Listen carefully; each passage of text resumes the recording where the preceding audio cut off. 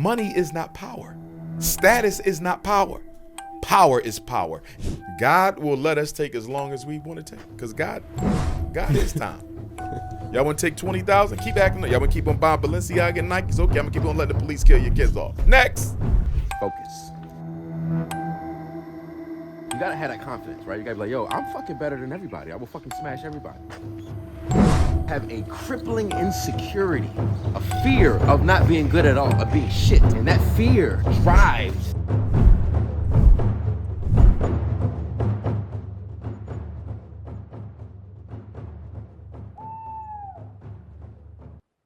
But what about the revolutionary mindset? What if I'm saying I want to be with that white woman because I'm going to dominate her? I'm the black king. I'm the head, and she's going to recognize me as her African king.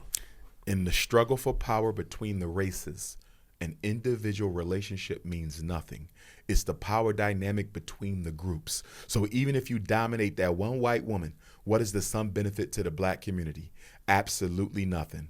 Another entourage of mixed race children who ain't going to feel comfortable around black folks and who going to get rejected by the whites. We still lose, because most mixed race children historically will identify with the race that rules. So even though we got a lot of mixed race brothers and sisters, and I love all my mixed race brothers and sisters who identify with me, I want to be clear, but historically, the mixed race African is the most likely one of the community to be used against us because they have the blood of both the oppressor and the slave in their veins. I'm glad you said that, because what you just said, it really showed me that even on an individual level, us as brothers, we have to be conscious of the actions that we take with these white women, because there are consequences. It's consequences. Not only the public facing consequences, but shit, she, like you said, she can pick up the phone and call the police. It's over. But she knows she has the last word. She knows. Do these rules still apply internationally? Do these rules apply in Europe? Do they apply in Africa? They apply more in Europe. You know why? Because the racism is more blatant the further you leave America. Now, don't get me wrong. These white folks are now, they coming back with their raw racism. You know, every time I take my mother to the doctors, I'm noticing the racism is more apparent. Then they know I'm her son, so they really be nasty. Oh, that's him. But anyway, you know, but the further you get outside of America, the more the racism shows itself. Yeah. When you go to China, you see the racism because China never had a civil rights movement for black folks. It ain't enough of us there. So the racism is in your face. When I was in China, there were certain clubs we couldn't go to. They showed me certain neighborhoods you can't live in if you black. In China, they put the help wanted ads in color. They'll say only white person need apply. You see, in Europe, blatantly places, you know, you can't go, they tell you. Even in South Africa, after the fall of apartheid, they still got sundown towns in South Africa. That's what I was told. They said even now in the Republic of South Africa, certain places you better not be seen after dark.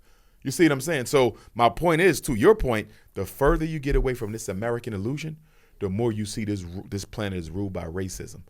And not just white racism, everybody racism. You go to China, that was Chinese racism. You go to East India, now you're dealing with the Indian racism. You go to Dubai, now you're going to deal with Dubai racism, you know. And speaking of Dubai, I hear that there's this, and it ain't just Dubai, it's many of some of the Emirate countries where they pay black women to go over there. Strippers, prostitutes, or regular women. And a lot of sisters are doing this, unfortunately, sacrificing their dignity to go to one of these Arab nations. Prostitutes.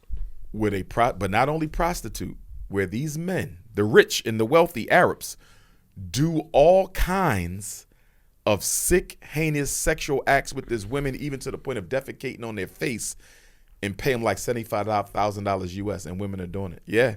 I've been sent stories on this, and it's a growing trend right now of black women getting paid lump sums of money by the wealthy elites of Arabia, these wealthy Arabs, to go over there and subject themselves to some of the most humiliating sexual behavior possible. I think that comes with power. Like, definitely those of the elite class, they have a habit of wanting power, especially in the bedroom. They want to do all that kind of crazy shit. I agree, but I would also argue this. You can still be rich and have integrity. I think what James Allen said, the philosopher, Caucasian, but I agree with what he said. He said, he's the man who wrote As a Man Thinketh. He said, circumstances don't reveal the man. Circumstances don't make the man. They only reveal you to yourself. So if Dr. Umar becomes a billionaire and I start messing with snow bunnies, that was already in me. You see what I'm saying? Circumstances don't reveal you. They show you for who you really are. But on the black side, because we're not raising our daughters with integrity, they are subjecting themselves to some of the most dangerous experiences possible. And now that black women are the fastest growing sex trafficking population and black girls 12 to 14 are the fastest growing victim populations of sex trafficking, we really need to love on our girls and raise their self-esteem, because guess what? The average age of a male sex trafficker is 25 and of a female sex trafficker is average male sex trafficker age is 27, average female sex trafficker age is 26. That means your 17, 18-year-old daughter is going to be trafficked. But that 25-year-old on the corner, she think is so handsome, she don't know he's a lookout and a scout for new sex trafficking talent. He gonna give us some weed, pop us some opioids, and the next thing you know, she waking up in the back of a trailer, never to be seen from again. So the low self-esteem of black girls, the fatherlessness of black girls, the poor self-worth of black girls is a major risk factor for child sex trafficking. In child sex trafficking right now, I mean, even right now, even before, but look at Jeffrey Epstein and the operations that he were a part of. Correct. But I'm glad you said he was a part of, because some people trying to make him the be-all, end-all of this, just like they try to make R. Kelly the be-all, end-all of this. No. This is a system. It's a network. You took down Epstein, but what about the other players? You will never see the destruction of the child sex trafficking ring. You want to know why? Most of the people who participate in it at the top are some of the richest men in the world. You're talking about billionaires. You understand? You're talking about mega moguls. You're talking about Freemasons. You're talking about Shriners. You're talking about Bilderbergers, Order of Rome, Trilateral, Council on Foreign Relations. You understand? The Illuminati. You're talking about you're talking about Hollywood, the music industry, the film industry. You're talking about the most powerful white men in the planet are a part of this. And as I said earlier, organs, sex, mitochondrial DNA, but one more, satanic ritual. Satanic ritual. One of the reasons why we're seeing these young kids get snatched up, because you know what, the girls, they want them before high school because they need them to be virgins. The boys, they want them before middle school.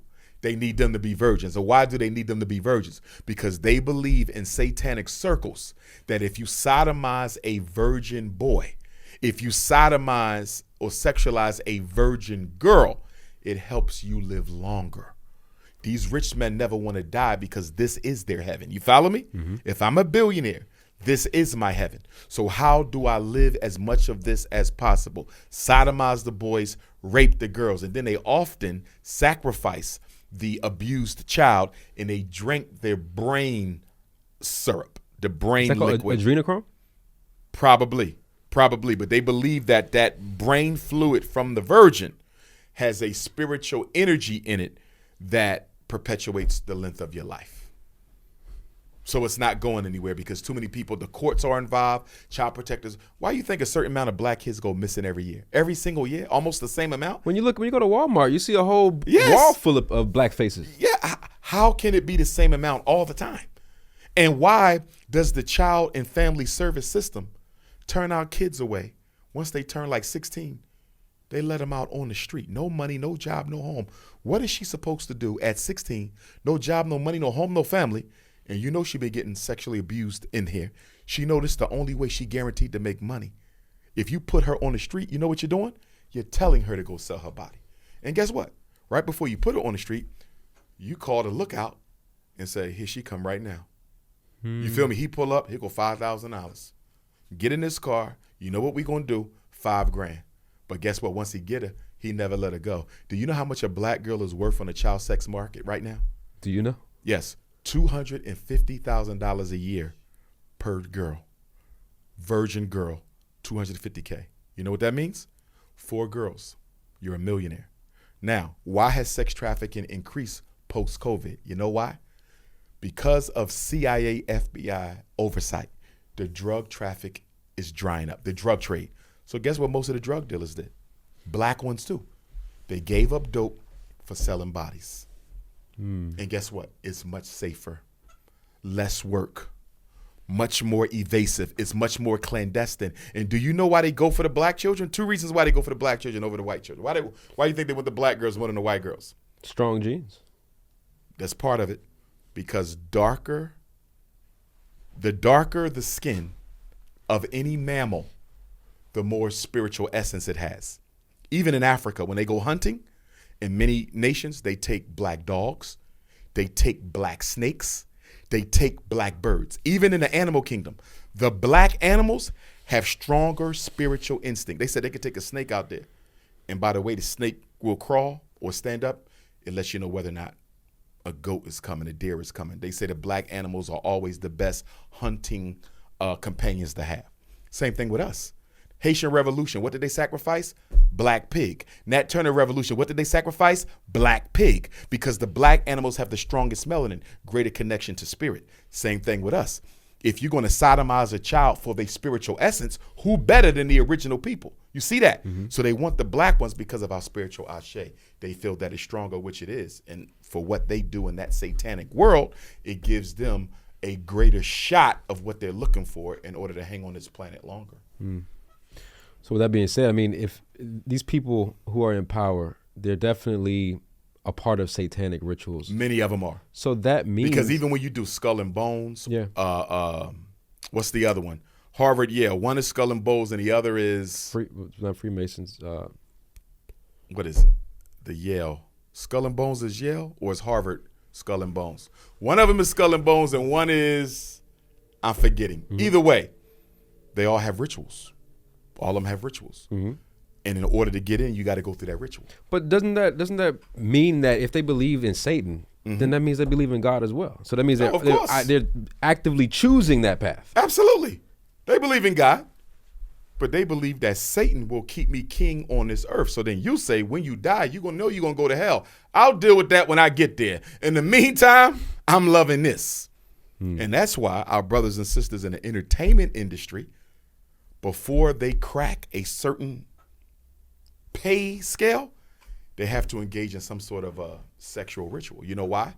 Because the power structure needs to be able to expose you if you ever try to expose it. So they have to make sure they got something on you. You don't become no mogul unless I got something on you, so you know never to step out of line. Jay-Z. The only real money is money you made on your own. If you made your money through the music system, you made your money through the NFL, you made your money through Bill Gates, you made your money through the NBA, it ain't really yours. You belong to them, and they own you. The only true money is when you make it yourself, which I think is part of the reason why we've never seen Oprah Winfrey do anything significant for black people in America. She built a school in South Africa, which I have no problem with because that's my family too. But the reason why she never built the school here is because Oprah knows, yes, I'm the wealthiest woman in the history of the North American continent ever. But guess what? I made my money through them. And because of that, I'm obligated to support their agenda. And part of their agenda is the extermination of black people. And that's why I'm not building no school in America. You see what I'm saying? They know the situation. So you're saying that the majority, if not all, of the top successful black people, or even entertainers, people who are in positions of power, they've all been approached with certain. You're oathed. Oathed. You're oathed. What do you think that if you're a billionaire, you are oathed. How do you even see them coming to you with that opportunity? Do they just come and say, "Hey, look, we want you to push these messages and do everything we can, but before we do this, we need you to." I'm gonna give you an African comparison, but this is righteous. You ever heard of the Mau Mau? I've heard the name. Don't know. Mau Mau was the nickname that was given to. Actually, I think the name was given to him by the British, but it was called the Kenyan Land and Freedom Army. This is in Kenya, East Africa. The Kikuyu Kingdom, the people, they rose up to fight against British colonization. They wanted to throw them the F out of Kenya, right? Guess how they recruited their soldiers? Now, mind you, they had to operate clandestine. They lived in the woods because remember, they had to evade the British authorities, right? They catch you, they kill you. So guess how they recruited?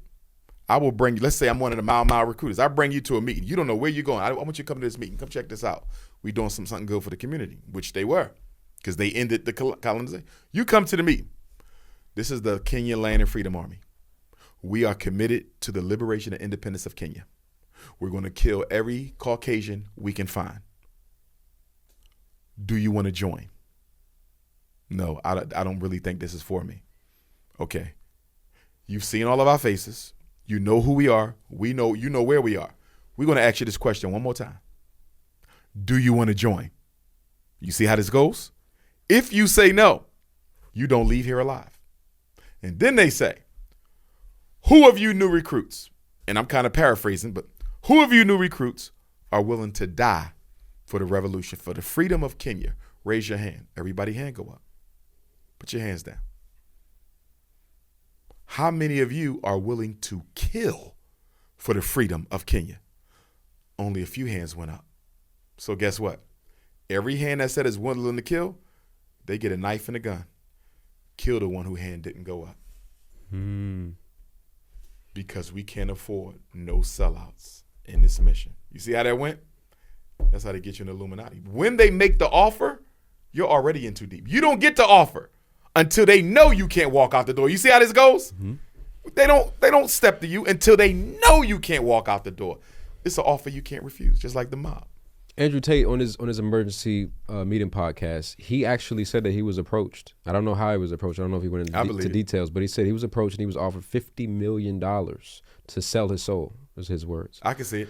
And I mean, I can see it too. He's one of the most influential people in the world. So, you know, he declined, obviously, but it just speaks to the type of situations that people find themselves in once they get to a certain level, a certain. I was approached by the Masons. I was several times, but I've never been approached by them yet. But for me being who I am, they would probably send the Masons first to see if I bite. They would send the Black Masons. Right, and that's who came. Okay. They would send the Black Masons to see if I bite, and then they would go into a deeper level. The reason why they would approach somebody like an Andrew Tate, the reason why they would approach a Dr. Umar is because in order to maintain the power structure, you need the influencers. You need the masters of mind control, for lack of a better word. I'm not a mind controller, right? I'm a freedom fighter, but my influence is so great that if we had him on the team, you see, all the people who follow them are automatically neutralized. One thing we don't study enough in the Black community is the role of controlled opposition. In order to understand white domination of African people, you must understand controlled opposition. What did J. Edgar Hoover say? He said, after we destroy the Panthers, there will never be a black messiah unless what? We make them. There will never be another black messiah unless we make them. Do you know what he's saying? Mm-hmm. If black people are ever going to believe in another prominent leader, they will be an employee of the government. You see how Al Sharpton, all the money he makes, they own him. Jesse Jackson, all the money he gets, they own him. They might have started out real, but see, here's the thing about revolution. If you love anything more than the freedom of the people, you will sell out. A lot of these sellouts didn't think they would sell out. When Jesse Jackson was 25, he never thought he would compromise himself. When Al Sharpton was 20 out there in Harlem, big fat Al fighting he never thought he would sell out. It's not until you put in a position where you can. You see? And that's why you got to know who you are. You got to know I'm not going to compromise who I am no matter what comes. Because if there's a weakness in you, he will sniff it. Whether that's your children, whether that's your job, your money, your women, your freedom. You follow me? He finds the chink. What is the chink? Because, you know, white folks have a saying about us. Every Negro got a price. You just got to find it. They don't believe we have any integrity. The white power structure, they don't believe there's a black activist in America who can't be bought. Mm-hmm. They don't believe it. They believe the last one was the ones they killed, and that would have been George Jackson would have been the last. If you come more modern, you know, Michael Jackson, Prince, Johnny Cochran, you know, Geronimo Pratt, you know, them types. But we have to study controlled opposition because a lot of our black leaders, spokespersons, pastors, preachers, politicians, here and in Africa, they're controlled opposition. Mm-hmm. They want you to talk that black talk because you got to get the people. Once you got them, we start paying you to keep them. Mm. That's why I don't belong to nothing. When I was in college, I was going to be on Omega Psi Phi. The paperwork got mixed up, so I never joined. I'm not going to join now. You want to know why? Because when I come before, and I respect all the fraternities and sororities, nothing but love for them, but I would never join now. Why? Because when I come before my people, they got to know Dr. Umar belonged to nothing else. So you know, you feel me? Because they ask me all the time, are you Mason? You got to be a Mason. You got them degrees and you go around here talking. What are you? Mason, Elk, Shriner? What's your secret? I belong to nothing at all. Literally nothing at all but Pan-Africanism and black liberation. Mm-hmm. So this is truly, man, just based on what you said, it's like this is a battle between it's a battle, and it's a chess match. It's a spiritual battle. It's a spiritual battle. They And that's coming- why they you got to coming hard. stay spiritually grounded, brother. Right. What was I doing last night? I'm a Leo, right? Yesterday, 12:54 p.m., we had a full wolf moon in Leo. So you know what I was doing last night? I was at my shrine, worshiping the Most High God, communicating with my ancestors to keep me grounded. Because this thing's always pulling. You feel people always pulling. You got the women, they want to pull. They're going to send them as traps. You got to be, you understand? So you got to stay spiritually grounded, in my opinion. No, you do. You There's no way you can be a true freedom fighter for African people and not be spiritually grounded. And even if you're Muslim, you spiritually grounded in that. You Christian, but you better be grounded. If you superficial, they're going to get you. If you don't stay focused, they're going to get you. Because Satan don't want you to win anyway. Right.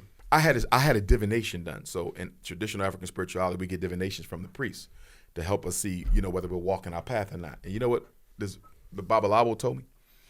He said, you're not just fighting the racists who walk the earth, white people and their reactionary Negro flunkies. You have white ancestors who don't want to see you succeed. He said, you're not just fighting the flesh. Their ancestors, you see that, are fighting you too. So with this, it's not just a battle with the flesh, it's a battle with the spirit. Like you said, you got to be spiritually grounded. Have to be. Do you believe God is on your side? Yes, I do. As long as I stay on God's side. Because at the end of the day, this is a battle between good and evil. We're not fighting for black supremacy. We're fighting for justice. And the reason we're fighting for justice is we, as the first people on earth, I believe, are the most just. And I believe that God put us on earth in charge for a reason. And we forfeited that honor. And we got to get it back. And the reason why we're going through so much hell is we have forgot who we were. And forgetting who we were is not just forgetting you African, but forgetting that you're God's chosen people. Being chosen ain't got nothing to do with what religion you belong to. That's the world's nonsense. Being chosen is being the original children of God, and that's African people. This is our planet to renew and restore. That's why we are here. Every time a black baby is born, they're born with one purpose: to renew and restore freedom, justice, righteousness, and equality to the planet Earth. And until we do that, we will have the curse of God against us. If we are the chosen people of God, then where did we go astray? Why are we being punished the way we are? The reason black people are being punished is because we allowed our children to outthink us and manipulate us out of our glory. And part of your pain is in your journey back to glory. You will remember how much drama and trauma you encountered, that when you take this planet back, you will never lose it again. You understand? This is the growing pains of glory. You're going through this, the police murders, the genocides, the COVID deaths. So when you get this back again, you won't forfeit it a second time. And the white power structure know that. They know if black people get this planet back, we're never going back. They're never going to mess up and give us control of it again. And no disrespect to the Asians, the Arabs, the East Indians, but guess what? The only people who have ever ruled this planet in justice were African people. We ruled it with our minds and we ruled it with culture. They rule it with guns, bullets, and bombs. Nobody can rule like black people. They did a poll with white people. They asked white people, if you got to go to court and you get to choose your jury, do you want a jury of all white people or do you want a jury of all black people? What do you think they said? Black people. Black people. White people said, I would rather be tried by black. Why would white people want to be tried by the very people they have stomped, spit on, degraded, exploited, and mistreated and dehumanized for all these years? Because we'll let them do anything.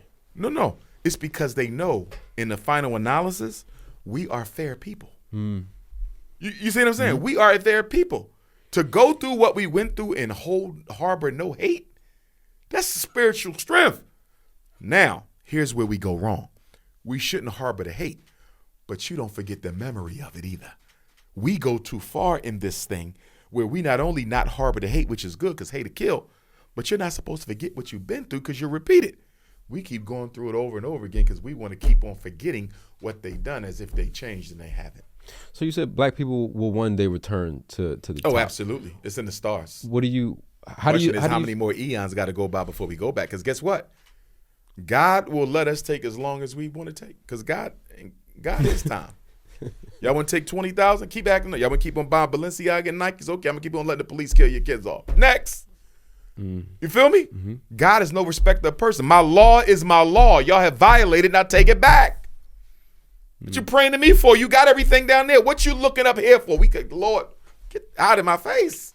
It's like you gave your son everything. He keep coming, Dad, I need more money. No, you don't. Invest what I gave you the right way. I'm not giving you no more because now you insulting me. And I know I made you better than this. That's why God not helping us, because God wants us to see you already got what you need to take this planet back. But don't get me wrong, it's going to be bloody. The white man didn't kill and steal for 500 years and take this planet just to give it back because you proved to him that he was wrong. You understand me? He killed to get it. You had to kill to take it. Just like the mile. Will you die for it? You better be willing to kill for it. And there's no need to even have that conversation. You know why?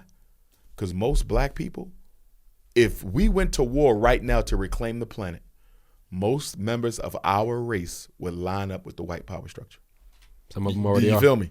You got to have a civil war amongst us before we go to war with any other group.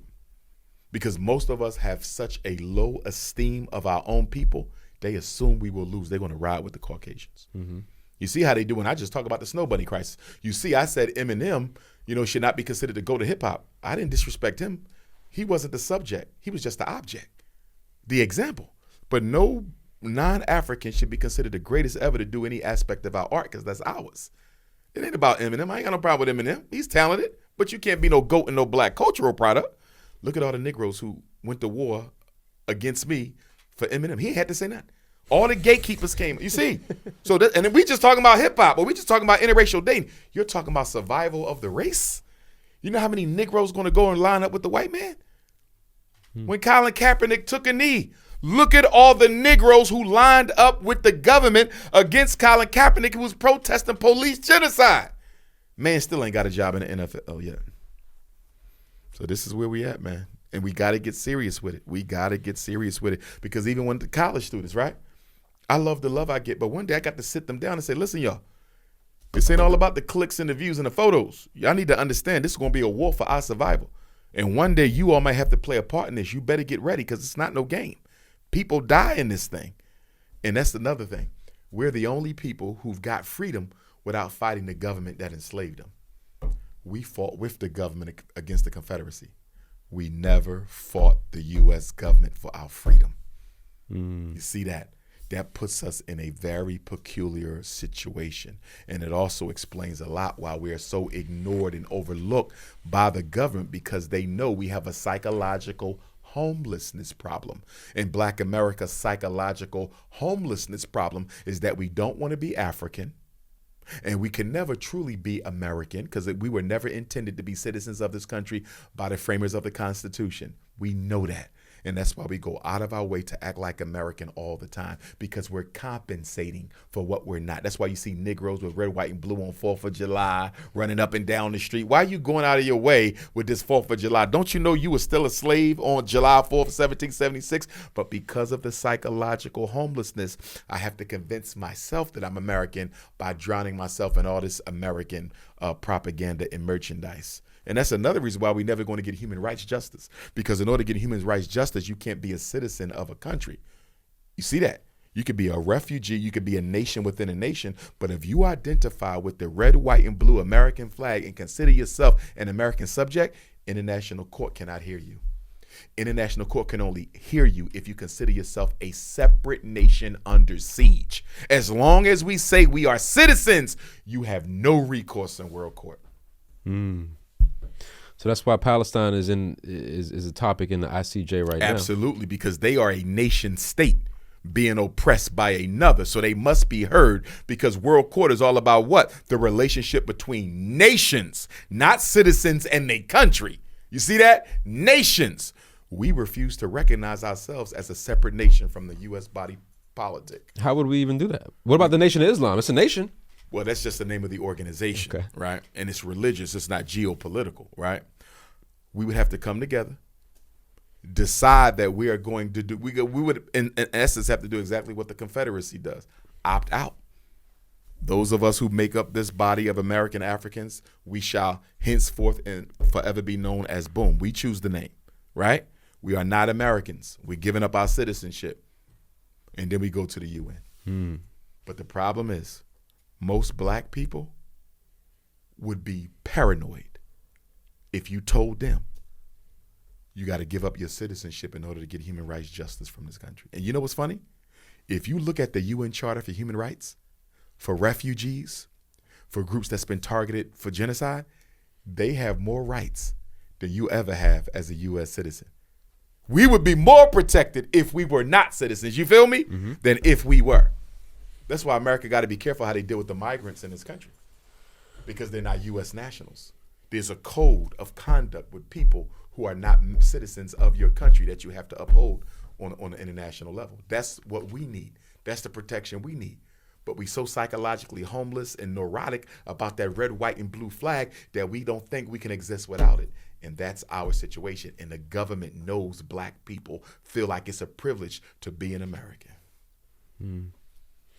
Seems like we got some soul searching to do, man. A lot of soul searching. We lost as a people, and I think, going back to our earlier conversation, it starts with the individual recognizing who he is as a person, what it is that you believe in. True, but it needs to be community, though. In other words, we as men need to come together and recognize that together.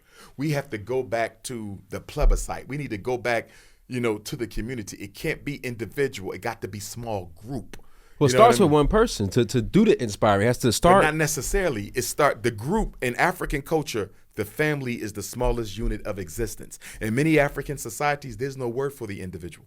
The family is the smallest unit of, you see, you can't exist apart from your siblings. You see, so we got to do it at the community level.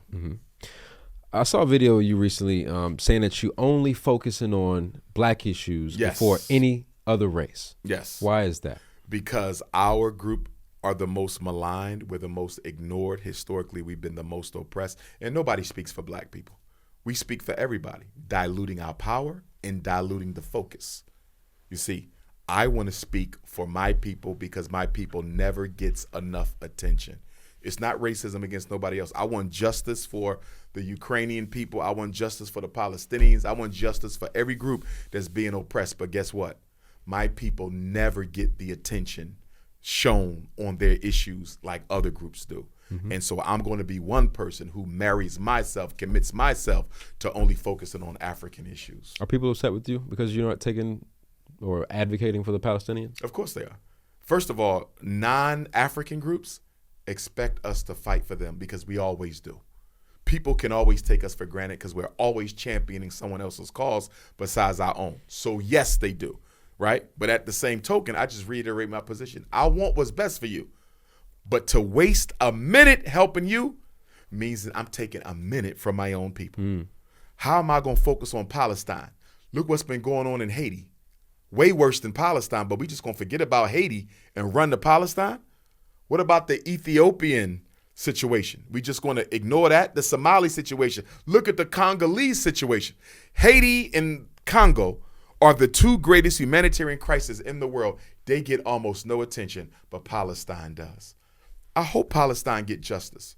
I hope they get all that was due to them. But as long as there's Congolese catching hell, getting no attention, as long as there's Haitians catching hell, getting no attention, as long as there's Ethiopians and Somalis catching hell, getting no attention, with all due respect, I want what's best for you. But I can't take my eyes off my people's pain to put it on yours, because you would never take your eyes off your people's pain to put it on mine. So while we're speaking about it, what are some of the conflicts that are happening in these countries? Because to be honest, when it comes to a PR job, the Palestinian cause has done the best. When it comes, like, everywhere I go, whether it's here or Dubai, I see Palestinian colors. I see Palestinian flags.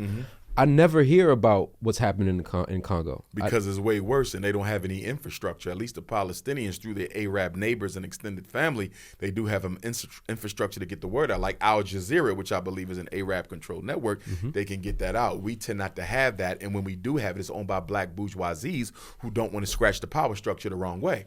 But you see in the Congo, and by the way, the Congo and Haiti, the reason why those are the two longest going and most disastrous human rights situations is because iridium in Haiti.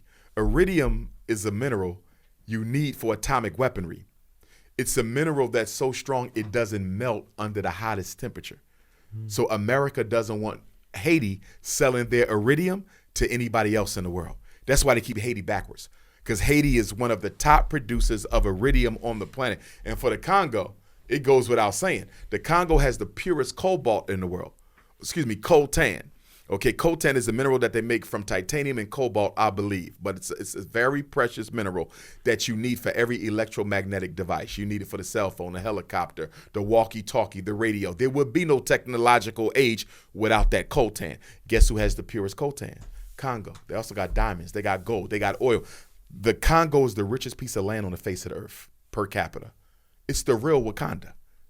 It's the real Wakanda. That's when vibranium was the coltan. The whole Wakanda thing was metaphorical for what's going on in the Congo. But guess what? American corporate interests manipulate both. They're manipulating the war and the hunger and the starvation and the medical situation and the AIDS crisis in the Congo, and the same thing in Haiti. Wherever black people have essential minerals and crucial ingredients for war or industry, America sows dissension and civil strife. America intentionally, through her military and her business agents, keep wealthy African countries in turmoil so they can never organize themselves enough to become a relevant player on the world stage. They want no African nation to be a relevant player on the world stage. And that's unfortunate because look, when you're talking about the PR, what's happening in Palestine, the Palestinians have the Arab nations as the advocates on their behalf. Yes, they do. Now, for the Africans, we don't have a powerful or big enough structure to be able to speak up. We have the African Union, but the problem with the African Union is nearly every member state of the African Union is in bed with a European country. You're either in bed with the UK, you're in bed with Belgium, you're in bed with France, you're in bed with Amsterdam, you're in bed with Washington, D.C. You see. So whereas in the Arab situation, they have a little bit more autonomy because they didn't go through the colonization that we did. In the African situation, all these nations are beholden to a white power. And if one of the Arab nations had those same minerals that Africa does, they would have probably been targeted for colonization a long time ago. But I mean, it was because of Africa's wealth that they chose us. Africa is the only continent that if it controlled its own resources, it could live self-sufficiently without nobody else. You feel me? If we control what was in Africa, we wouldn't need nothing else. There's nothing in America Africa needs, minerally speaking. There's nothing in South America. You understand? Africa could be self-contained. And that's why America can never let us stand up on our own 2 feet. They call it aid. They always giving Africa aid. It's not aid, it's sabotage. Because whenever they give Africa aid, they require 3 things. You know what they require? Number 1, family planning strategies, LGBT and transgenderism. If you don't That's why they want Uganda to be LGBT. Yes. If you don't push LGBT and transgenderism, we're not giving you no money. Well, what money got to do with gay sex? Because I need to pollute the minds of your children so they stop reproducing themselves. Because the white man has a long-term 500-year plan to one day rid the world of all black people so white people can leave Europe and come live in Africa. They want to depopulate Africa, which I don't think could ever happen, but they could damn sure make it very uncomfortable for us. You see that? That's why they want the LGBTQ and the transgenders there, right? So that's number 1, family planning. And also you have Planned Parenthood International in Africa paying for women to get hysterectomies and abortions for free. I was in South Africa. They also gave them $6 billion between 1990 and 2000, $6 billion worth of contraceptives. Absolutely. Mostly birth control and implants, messing the women's hormones up, giving them cancer and everything else. Oh, they all in Africa trying to reduce it. But again, we can reproduce so easily, they having trouble, right? So number 1 is family planning. Number 2, free market. Free market. That means what? You live in a country that makes its own salt, right? Senegal got its own salt. So you don't want no salt company coming in Senegal. Why? Because we have our own salt, so we need to keep an industry of our own so we can have jobs and money for our people. You know what America says? I give you this $1 million. You can't protect none of your industries. Morton salt and every other salt could come. You in Nigeria, you got your own chicken farm, right? You don't want nobody selling chicken. No. Purdue chicken, Island Farm chicken. What they do is they sabotage your indigenous markets to make you dependent on the white man. So countries that grow tea importing somebody else's tea. Country that got their own chickens importing somebody else's chicken. Somebody make their own oil importing somebody else's oil. This is what America does, all in the name of what? Aid. So is the aid really helping Africa? No, it's destroying you. And the last thing they do is the interest rate. I'm gonna give you $1 million, but guess what the interest rate is? 1,000%. You're never paying me off. Then you have control over. Do you know most African countries have only been financing the interest on the debt? They haven't even touched the debt. They're literally financing the interest. They ain't even touched the principal yet. They set it up like this. So why do I want a loan if you're charging me 1,000% interest? I can't pay it back. You're making me push gay sex on all of our children.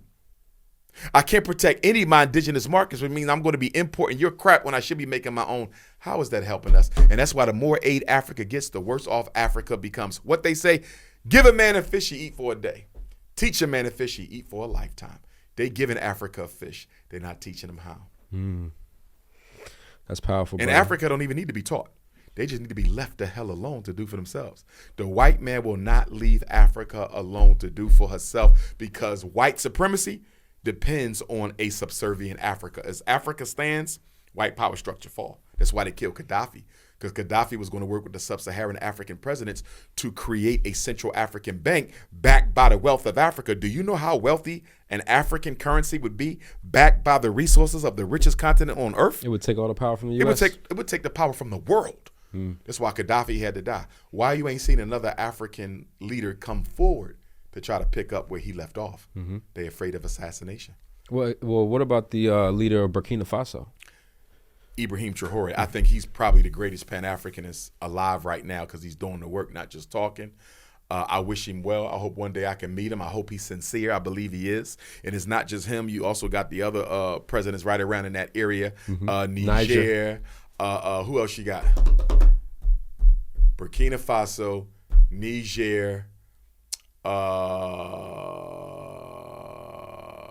Sekou Touré, Guinea, Niger, Burkina Faso, Mali, and I think it's another one. And they started their own little African federation. My only concern is everybody in that thing incorruptible. Because the one thing you need to be a leader, not only courage and integrity, you must be uncorruptible. Malcolm was incorruptible. Garvey was incorruptible. You follow me? If you don't have incorruptibility, they're going to tempt you with money, tempt you with women, tempt you with death. You got to be incorruptible. I hope they are. If they are, they can do something great for Africa. But if there's one weak link in that chain, it's going to fall. I hope they are real, and I hope Ibrahim Traore is really keeping a close grip on who he has around him, because, you know, they keep trying to get him because France is angry. Yeah. French is pissed off. Yeah. So I'm hoping, you know, and I'm hoping that the ancestors keep him protected. Yeah. What are you seeing? Like what's happening with the cameras? It's about to stop in 1 minute. Just that one? Yeah. Okay. We're going to end with this last question, brother. So you are about to board a plane. Yes. There's very turbulent weather with the risk of potential damage or unsafe flight. You have the choice between 2 white male pilots or 2 black female pilots. Who are you rolling with and why? And I'm assured that none of them are agents of the government, right? Oh, yeah, that's what you're sure. I'm going to ride with my sisters. You going to ride with your sisters? You feel more comfortable with why? Because they black. Yeah, of course. But I'm going to ride with my sisters. But the white pilots have been doing this for so long, man. This is what they do. But I don't know what they up to either. They might push me out the back window. I don't know. I'm going to ride with my sisters. As you should, brother. But I thought you was going to ask me if you had a choice between a private plane, escort jet, and a commercial plane. Would you take the commercial or would you do the private? I'm taking the commercial. I'm not getting on no plane if it ain't got 100 white people on it. So if they try to kill me, they got to kill 100 of their own people. Yeah. I don't ever want no private flight. I feel that. People like, Dr. Umar, you need your own jet. No, the hell I don't. That jet will never come down. Yeah. Put me on the plane with white folks, 1,000 white folks. Yeah. You put me in the worst seat too. As long as I know it's white folks, that plane gonna land. Well, Dr. Umar, listen, I'm honored to have you, man, at the Culture Speak Studio in Washington, Appreciate D.C. you, man. Glad to be here. I thought this was a very insightful, educational, and hopefully impactful conversation. Absolutely. I enjoyed it. And for those who want to reach me, get at me, 215-989-9858. Donate to the Frederick Douglass Marcus Garvey Academy. Hit your Cash App, $FDMG School. Hit your PayPal, paypal.me/FDMG Academy. Grand opening coming this year. Peace and Pan-Africanism. And we out.